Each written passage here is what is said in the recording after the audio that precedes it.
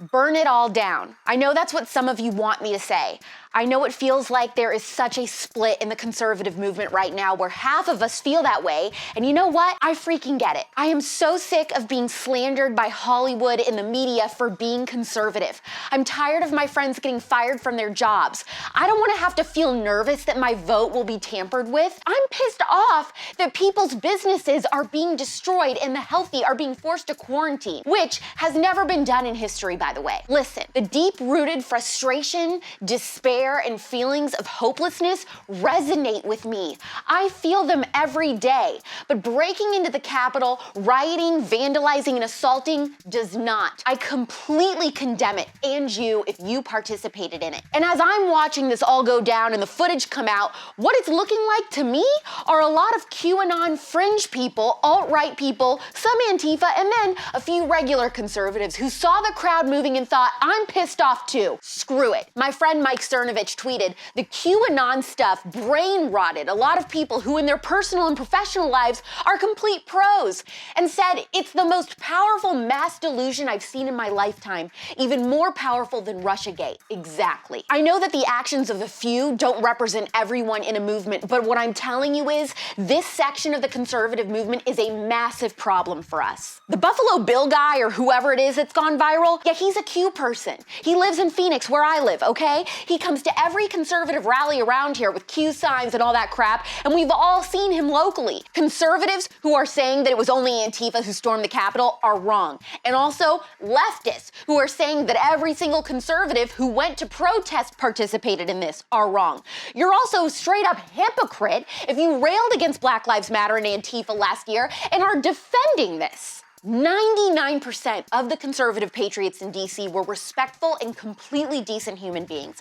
It is a tiny fraction of people that decided to escalate things, which, of course, was a wet dream for the media.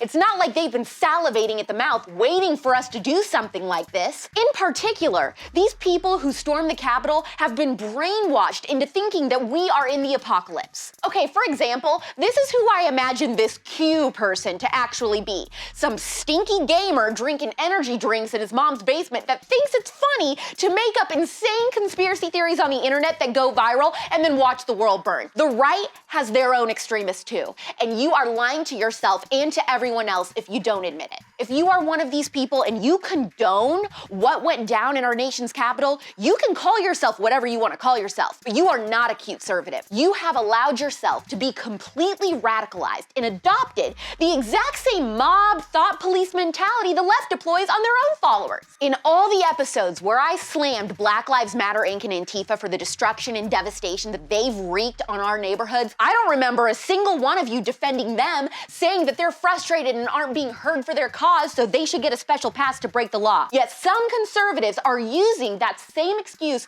for what happened at the Capitol. We don't change the rules when we don't like the outcome of the game. That's what the left does. Just because you call yourself a patriot doesn't mean you're exempt from consequences, legal or otherwise. Now, I do agree with you on one thing. There is a huge double standard here too, in regards to how the left is responding, and we shouldn't have been surprised by this. A church right around the corner from the Capitol was just burnt down less than 6 months ago, and all I heard from leftist blue check marks were excuses. In the last few days, I've held my tongue watching people I follow say conservatives were worse than Antifa because their precious minions never stormed the Capitol. Oh, really?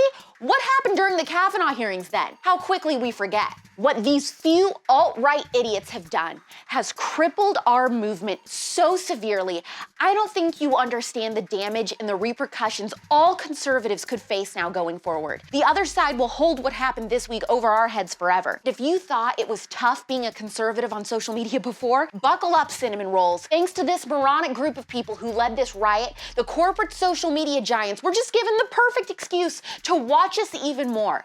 Every rally, every conservative event created online, every conservative post in general, we could have the heat turned up times 1,000, and they will use this day at the Capitol to defend why they have every reason to do it. We might not just be banned. I won't be surprised if we see people we followed for years be thrown in jail. Yes, it's unfair. No, that isn't justification for why this needed to happen. You see, the left gets to play by different rules, and I know that that makes you angry. Me too. But they control everything. Pop culture, social media, the news, every single major corporation like Apple or Amazon, the schools, you name it.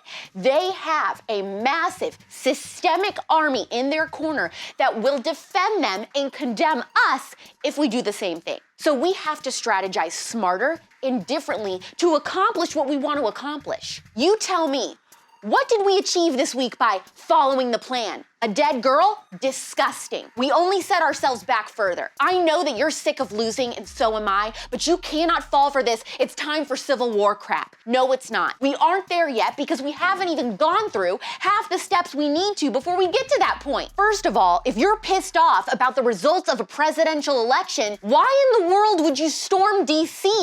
Elections aren't handled at the federal level. They're handled at the state level. If you don't like the way an election was handled, you have to change your state's election laws with your state legislature. Remember, every 2 years, not 4, you decide who represents you in your state government and in Congress. When we only pay attention to politics in presidential election years, this is what we get. We need to fight for what we believe in every single year. If you want to see major change in your everyday life and the direction of this nation, you need to pay attention and hold accountable local, state, and federal officials. It's getting involved civically where you live. Start thinking to yourself, if not me, then who? Not enough of us are running for school board, county commissioner, recorder, city council, or even voting in midterms. It is infuriating. And you can laugh, but I am telling you, we aren't doing enough to combat propaganda and pop culture, which I talk about every single day. We have to go toe-to-toe with the left and create our